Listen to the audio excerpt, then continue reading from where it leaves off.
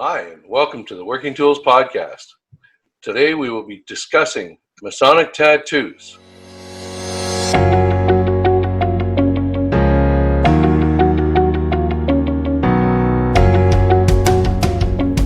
Ladies and gentlemen, brethren all, welcome to the Working Tools Podcast, a casual conversation around Freemasonry. First, it's important to note that our opinions and thoughts are our own and do not reflect those of our Grand Lodge or respective craft or concordant bodies. Please connect with us and ask questions, either here on YouTube or on our Facebook page.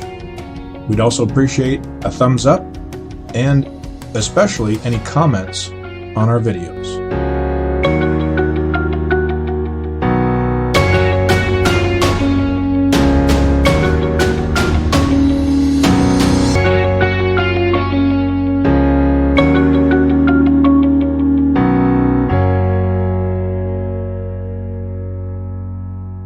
Working Tools Podcast.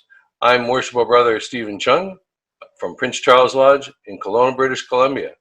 And we have our regular host with us, Very Worshipful Brother David Colbeth of King Solomon number 160 in Auburn, Washington. And Very Worshipful Brother Matt Appel from Mill Creek number 243 in Edmonds, Washington. And our special guest host tonight to discuss the Masonic tattoos and symbolisms is Brother Dave Baran from Mount Garibaldi in 127 in Pemberton, British Columbia. Welcome.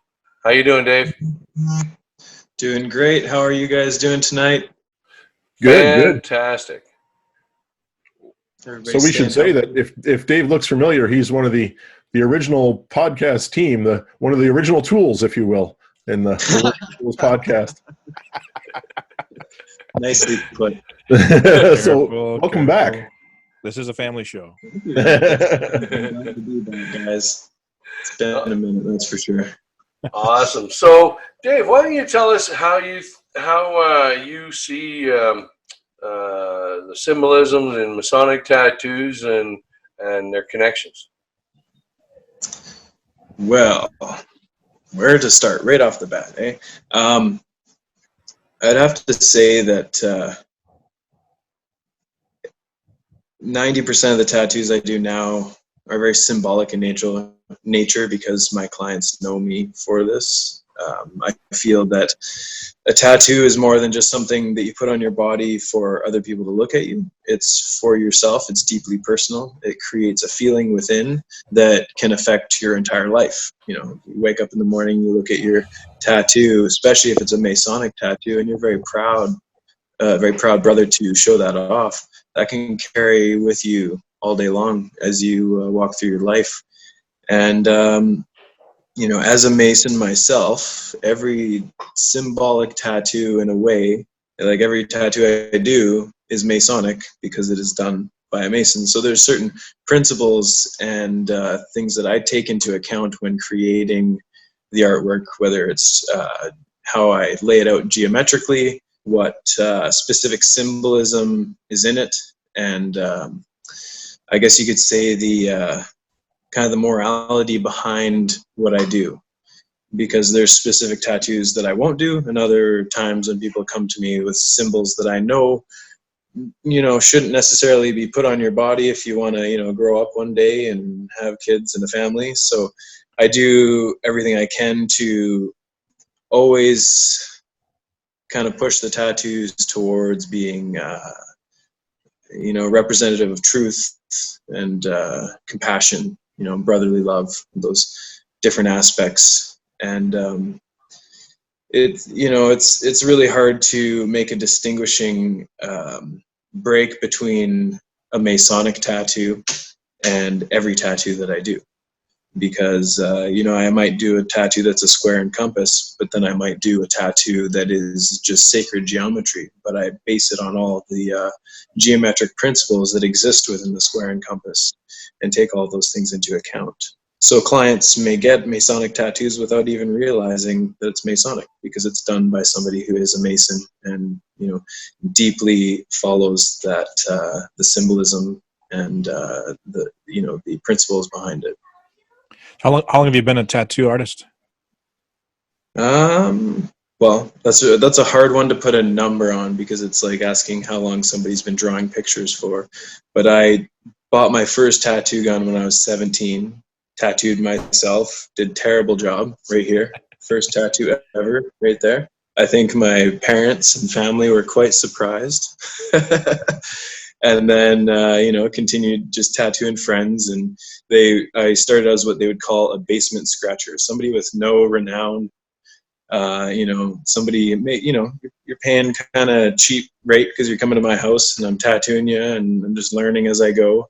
And then in 2013, I decided to take it to the next level and, raise that bar for myself and open Method Tattoo. And ever since then, we've always been pushing our quality and, we're constantly focusing on our relationship between our creative insight internally and what we're putting on people. And, we take it more serious than just a tattoo. It's a deeply personal, energetic, symbolic thing you're putting on somebody. And, it's kind of taken my whole life, because as I've studied philosophy and the esoteric side, I've been tattooing. So you see that reflection as I go forward. And I started to see the connection more so than this thing that's just a physical, skin deep type of situation, to something that's, a lot deeper and more meaningful than even I could possibly imagine to some people. Yeah. How long have you been a Mason? I have been a Mason for officially 2 years now. It feels like 3 because I spent a year just hanging out outside Lodge, waiting to go in. Steven wanted to let you in? He's a little farther from me. But, no. Well, he talks about going to, is it Puerto Rico? You're muted, Steven. Cuba, that's right, Cuba. And didn't you say that there's guys that have to stand outside and watch the bicycles or motorcycles or something? He's nodding, so he's saying yes. Yeah, so I know in some parts of the world there literally is a year or more of watching motorcycles. Yeah, that's exactly what I did. I sat in the room and outside of Lodge, had no idea what was going on inside, and went to all the we do the Robert Burns night and stuff. I went to that to get to know the brothers and allow them to get to know me and stuff like that. And, nice. Eventually they let me in. I guess I must have done something right. So this is a bit off topic, but just, is that a commonplace in your lodge that people, there's a year or so process of getting to know everybody before you? Not that I've noticed, because a lot of people that come in have friends and family that are Masons already, where I have absolutely no background in it whatsoever. What kind of led me to Masonry was a bunch of my favorite writers who I really respect, and the search for knowledge and looking deeper into life. So I was always curious about it. I had tattooed a few clients who were Masons when my shop was down in White Rock. And it's kind of always been on my mind. And the more I study things, the more I was interested. So I was like, you know what? I'm just going to take the step. I'm going to send an email to Grand Lodge and like, what do I got to do? What is this even? How do I go about figuring it out? Because I've always wondered. And that was the right way to do it, I guess, just ask the questions. So what I did is I didn't want to be in a rush. So we took that year of me coming down to each meeting. I would hang out for festive board and stuff like that, and just allow them to get to know me and make sure that, I get to know them and we all mesh together well. And I don't know if any of you have been to Mount Garibaldi Lodge. It's pretty relaxed, and the brothers are, always very, very welcoming. It's been a great experience. I really enjoy it. We actually started this podcast when I wasn't quite fully a Mason. Interesting. So I have a couple of images I can share. I don't know how I'm going to do this, but let me see here. Well, he's working on that. About what percentage of your clientele are Masons? Is it a very small percentage? I would say right now just a very small percentage, just because I've been in it such a short period of time. And my lodge is actually down in Squamish, so it's an hour and a half away from where I live. Oh, wow. Okay. So because in Pemberton, we're just north of Whistler, and then, everything east of us is kind of, you go to Lillooet, but nobody goes to Lillooet unless you're going fishing or snowmobiling and stuff. So we're kind of on the fringes. Yeah, I've tattooed a few brothers from the lodge now, and then former clients who are Masons, and I'm sure I've tattooed Masons that I didn't even know at the time. They tend to be sneaky like that. Yeah, I know. Yeah. Okay, now if I share this, there we go, screen 2. Okay. What are you showing us? So this is my other lodge brother from Kelowna, Bill, who on his 60th birthday had a bunch of these tattoos made so we could have them on our shoulder. Now this fake tattoo. This is just a good example of a fake tattoo. Okay. just so we have a comparison, Now this one, this is the one on the right shoulder of my back, right? Which, it has a blend of the Scottish Rite and the square and compass, etc. Right? I had that one. That was my first tattoo, and it was, I thought, designed fairly well, except it's on my shoulder and I can't see it. Right? So kind of got bummed, and then I ended up doing my right shoulder. However, I don't have a picture of it. I don't know why on there. I guess.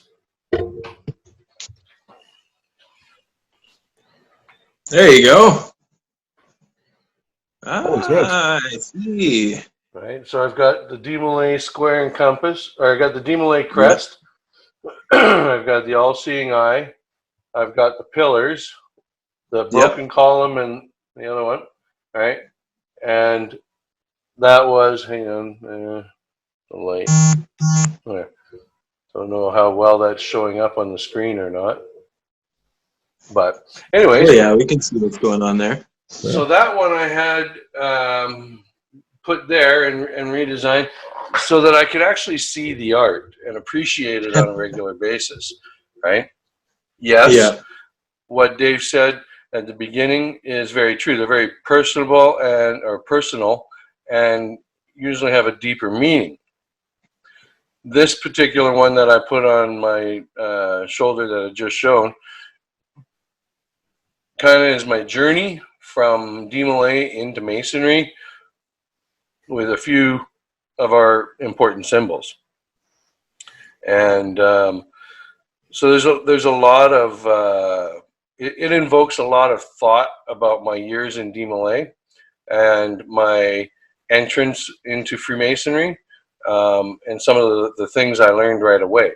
And I'm glad that I had that one done so that I could,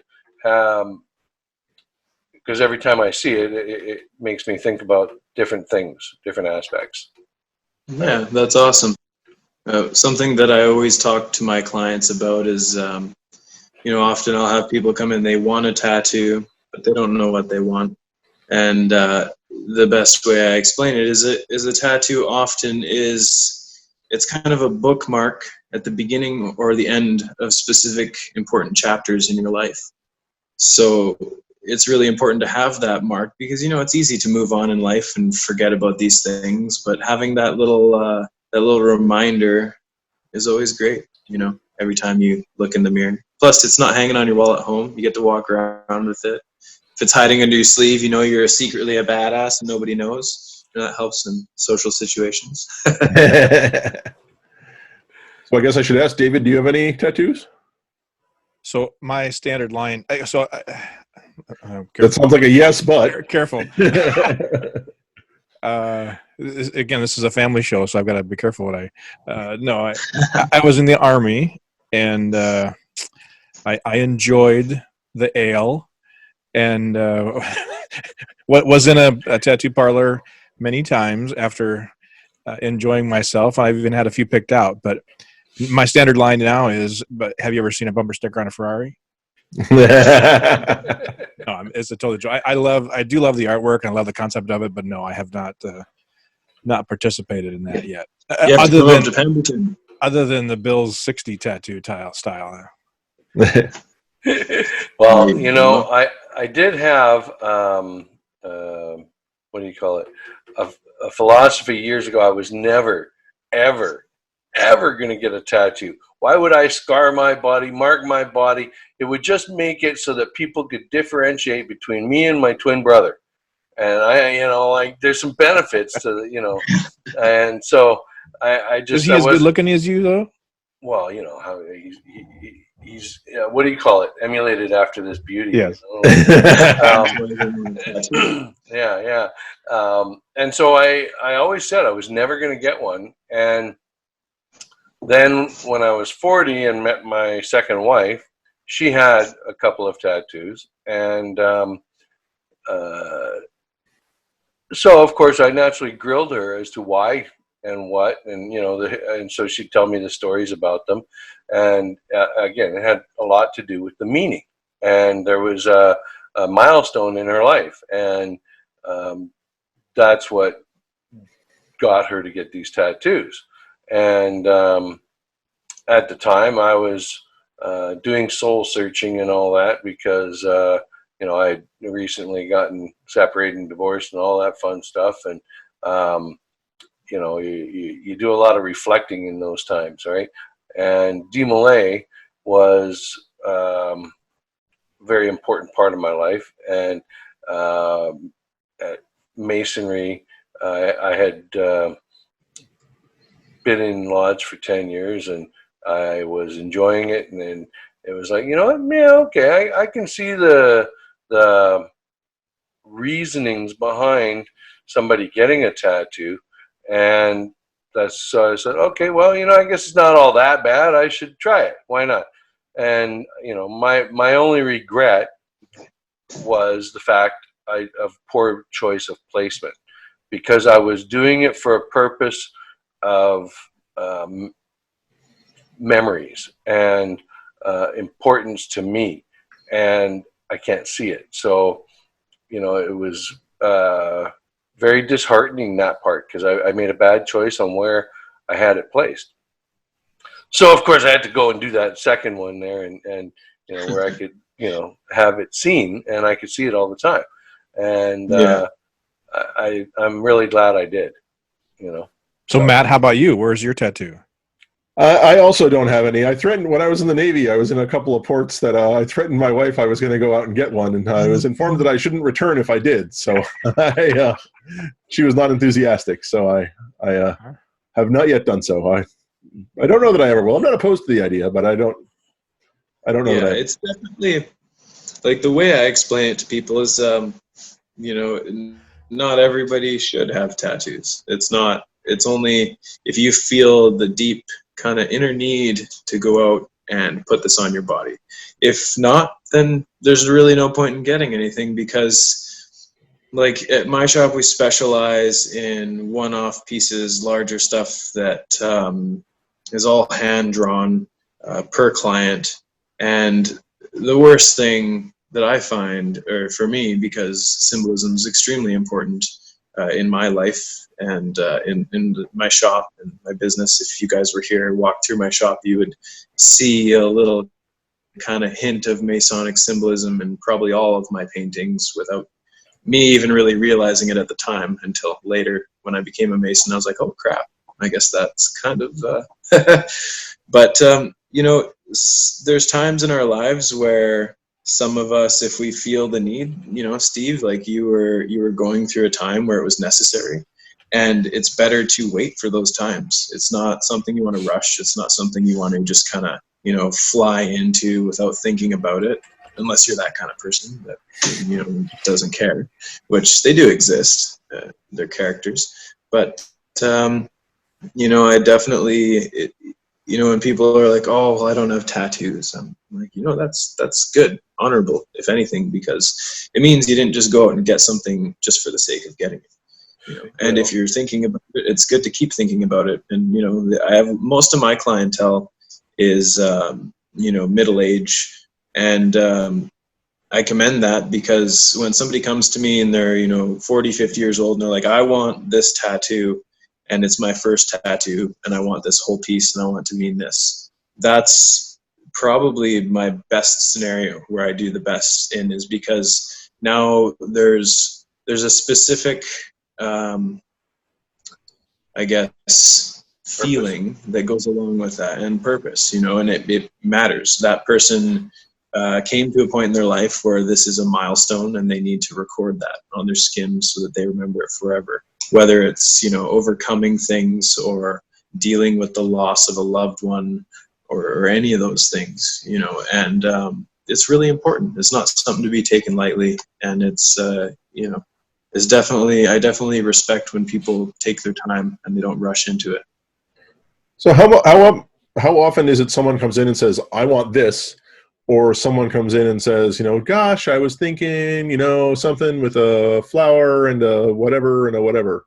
How much of the time is it your input, and how much of the time is it exactly what they say they want?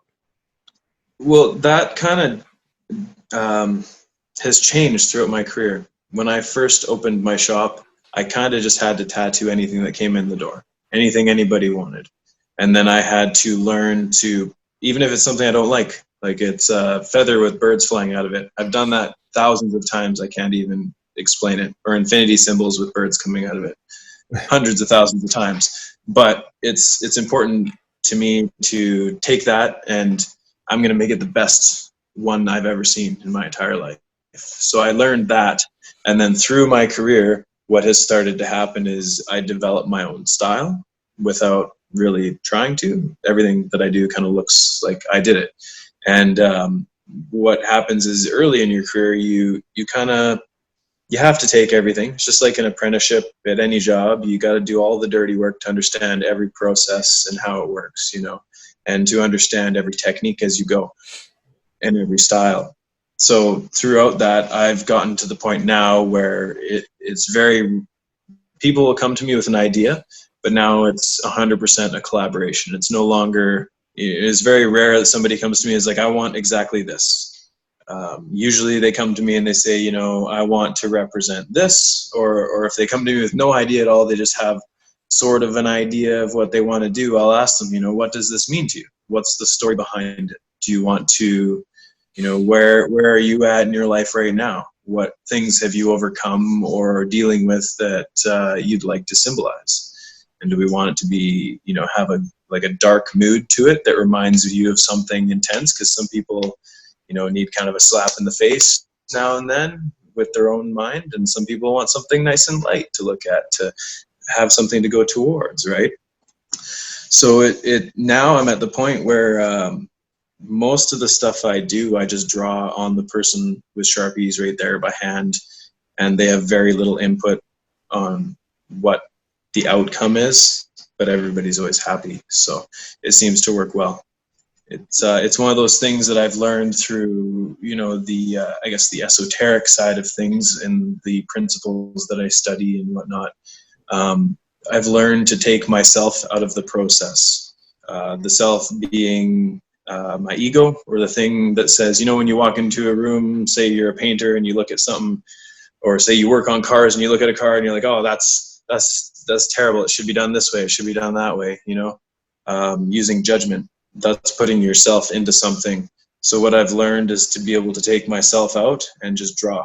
And when I do that, we're kind of, doing this cool collaboration where we both of our energies, in a way, or both of our feelings, are harmonizing, and what comes out is exactly what's meant to come out. I can always tell when it's the perfect tattoo is when I don't have to redraw it, or I don't have to, wipe off this little line. It just comes out perfect, and I don't even know where it came from. I look at it and I'm like, holy crap, I guess I did that.